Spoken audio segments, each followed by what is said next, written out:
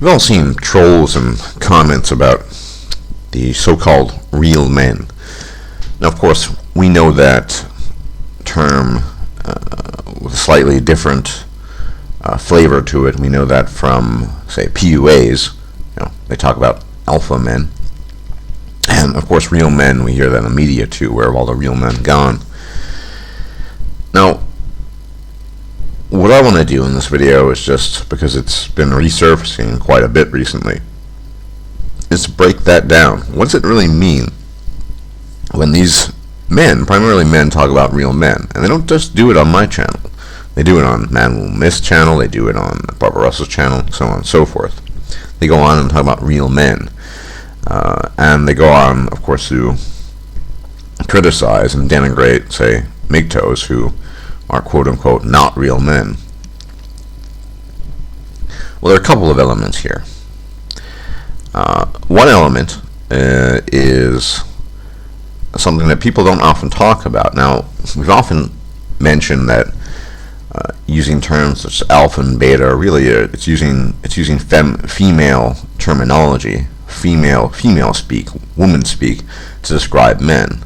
It's using a mode of female attribution to assign to men different qualities, alpha, beta, omega, whatever. I don't really like that much, and but lots of men do that. And then you also have the term real men, which is a bit more nebulous. What does that mean, though? Real men, supposedly men that rise above the common stock of man. Men who, of course, please women. I mean, ultimately, that is what it's about. So, what benefit does an online troll have, or any troll in general, or outside of the online venue, could mean in real life too, in putting you down, in denigrating you when, for example, there's no female audience? That's a question. That's a question that you should all pose. Well, it's pretty simple. I think it's a basic instinct, a almost subconscious instinct. You see, men think, whether correctly or incorrectly, that they will benefit from denigrating other men. Just as a man will throw another man under a bus, in certain contexts will kill him for the sake of a woman by verbally denigrating another man. Why do men not get behind the issues with regards to false rape accusations? They want to believe that other men are rapists. Why? Because it elevates their own position. It elevates their own status. It's all about status. So, whether it's an online venue or in real life, a man who denigrates another man believes he's elevating his status, potentially, in the eyes of a female, even if there is no female there. Remember, most men are so obsessed with reproduction, with the so-called dominance hierarchy, they have naught else but on their mind but that. And so they come on, say, to my channel or even Man Women Miss channel. I saw several comments recently, and they say, what else do you expect from women when there are no real men around, and so on and so forth? There was a lot of trolling yesterday, for example, and of course, the talk was about real men. So basically, that's it in a nutshell. A real man is no different to the so-called alpha male. It's gyno speak. It's female terminology assigned to men, used by men in an effort to denigrate other men, so they themselves achieve greater status, even if there's no female present, even if there's no actual benefit there, or any benefit that you could see immediately. It's about, so I believe, ultimately subconscious instinct on some level.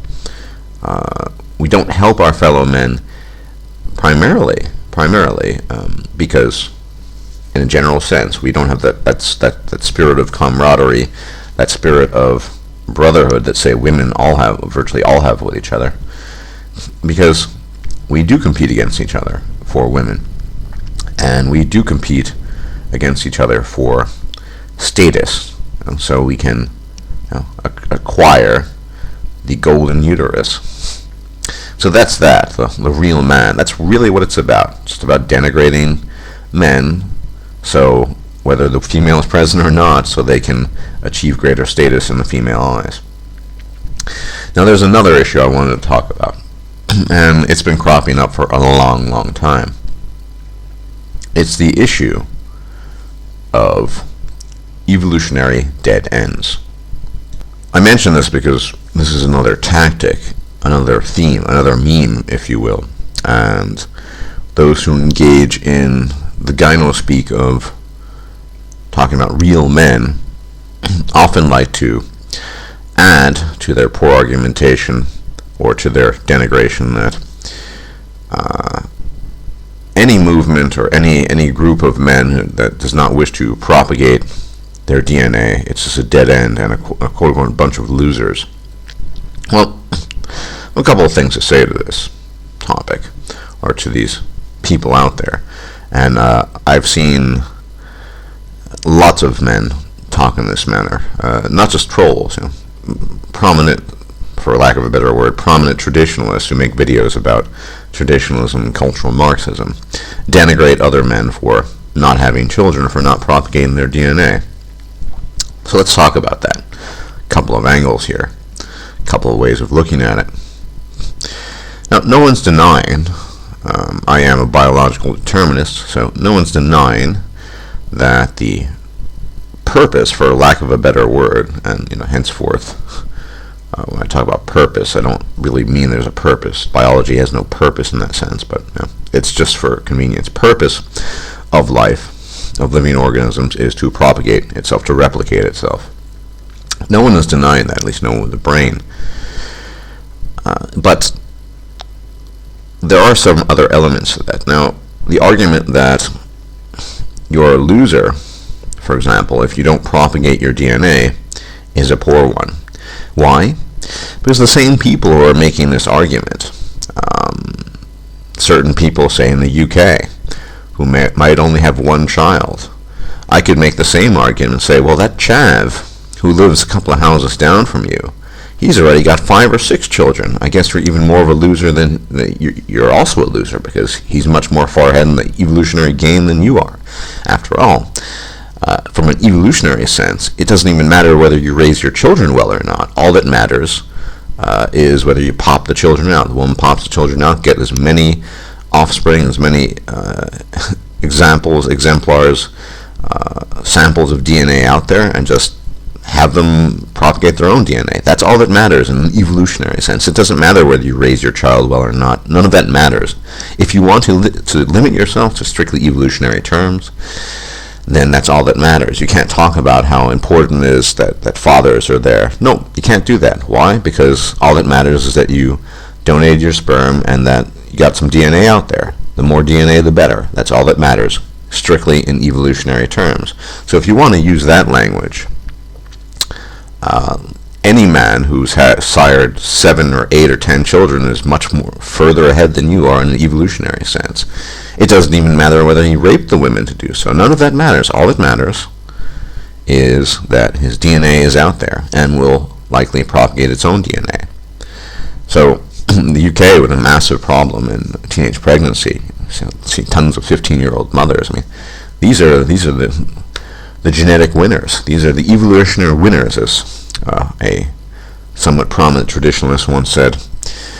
So, if you want to look at it in those terms, there's that. All that really matters is just popping the DNA out. It doesn't matter whether you're even an alpha male or a beta or a real man. It just matters that you got your genetic material out there. That's all that matters. It doesn't matter how. It doesn't matter whether you raise it or not. It doesn't matter whether or not it dies, as long as it lived long enough to propagate its own DNA. So that's a pretty flawed argument, if you want to argue along those lines.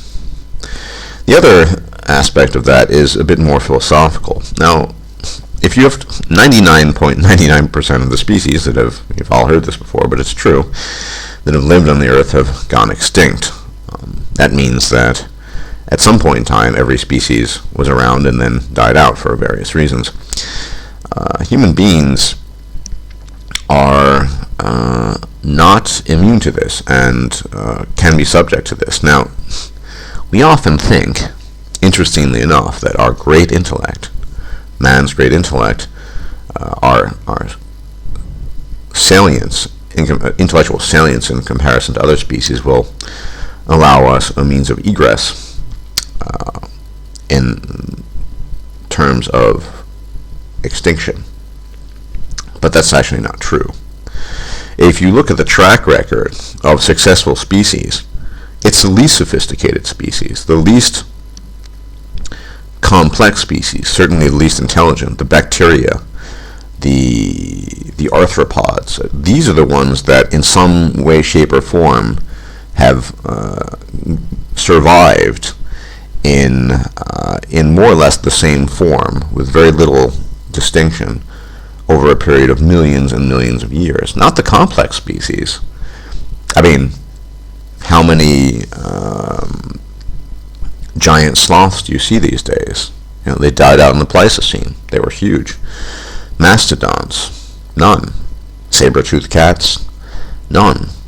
Neanderthal, very, very, very, very, very, very closely related relative to us, probably able to reproduce with us, died out as well. So you see what I'm getting at? That it's not the complex species that will that survive usually. It's the really, really simple, uncomplicated, simply structured, dumb, meaning they have almost no intellectual hardware going for them, species that end up surviving. Why am I mentioning this? Well, because the argument in light of that is the argument that you have to propagate your DNA is a bit of a it's a bit of a fool's errand. I mean, whether or not an individual man or even hundreds of men disseminate their DNA into the gene pool, it's not really going to matter in the long term for the species. I mean, and more importantly, we live in the now. We live in the present. I mean, if it's so important to propagate your DNA, if that is the primary edict that real men should follow, we should be very concerned. Why? Well, because whether or not the human species survives the next few millennia or 100,000s of years or even millions of years, eventually our sun is going red dwarf, and the Earth will be destroyed as a result of our sun going red dwarf. Of course, that's a couple of billion years away, but it is inevitable. So whether or not, if you want to talk about posterity and legacy and what have you, it doesn't really matter in light of that. Now you want to call me a nihilist. Quite the opposite. I'm saying live in the present because we don't need to be concerned about that. Just as we don't need to be concerned whether or not we propagate our DNA and disseminate our DNA out into the ether. It doesn't really matter.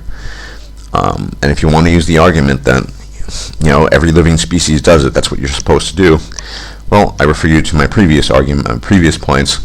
Yeah, you're right. That's what every species does. And from that standpoint, it doesn't matter whether or not men are involved. It doesn't matter. The only involvement a man has to have is to donate a sperm. Just get the babies out there. Get the DNA out there. That's all that matters. The guy who has 12 illegitimate children is much more of an evolutionary winner than the guy who raises one child, if you want to stick to those terms and stick to that line of thinking. It's simple as. So we live in the present, and if you want to talk about posterity, that's fine, but there are a lot of ways of looking at it, and living in the present, what matters is our contributions in the present, not whether or not our genetic legacy is going to be around in 10,000 years. And you who are so obsessed with real men, that's not going to matter much either, because you have no way to ascertain one way or another whether or not your genetic legacy is going to be around in 10,000 years. And the final point about these, and I'm done talking about the evolutionary aspects of it all, but these real men is that, and I think it's amusing, all these so-called real men who rant on about how MGTOWs are losers and we're all mollified. Simple fact is, you can be a real man, can use your powers as a real man, stand in front of the court and still have everything taken away from you. You can be hauled off to jail and prison. And you can rant on about being a real man. They're not going to care. They're still going to throw you in prison. And maybe you'll get raped there. Hey, but you're a real man. That doesn't happen to real men. So, all this real men nonsense is just that, nonsense. I'm going to offer a different argument here. I'm going to tell you something else. There are no real men. There are no fake men. There are no lesser men, no greater men. We're just men. Yes, some of us achieve greater things, the Einsteins of the world. Some are infamous, the Pol Pots of the world. Some are a extremely mixed bag, the Obamas of the world, and so on and so forth. But at the end of the day, we're all men. And this concept of real men, it's just a myth. It's bullshit. Because any man at any given moment could have his status removed and be dropped right back down to the bottom of the pecking order. So, anyway, that's all I have to say about that. Just remember, there are no real men, no lesser men, no greater men. We're just men. Until men get that, we're just going to continue to be at each other's throats. And all the trolls, they don't help very much, now do they? If we want to develop a spirit of camaraderie and foster cooperation and teamwork without letting our instincts get in the way, we need to start looking at the problem, and we need to start looking at men as men, not as real men, not as this kind of man, alpha, beta, just men. We're just men. Take care.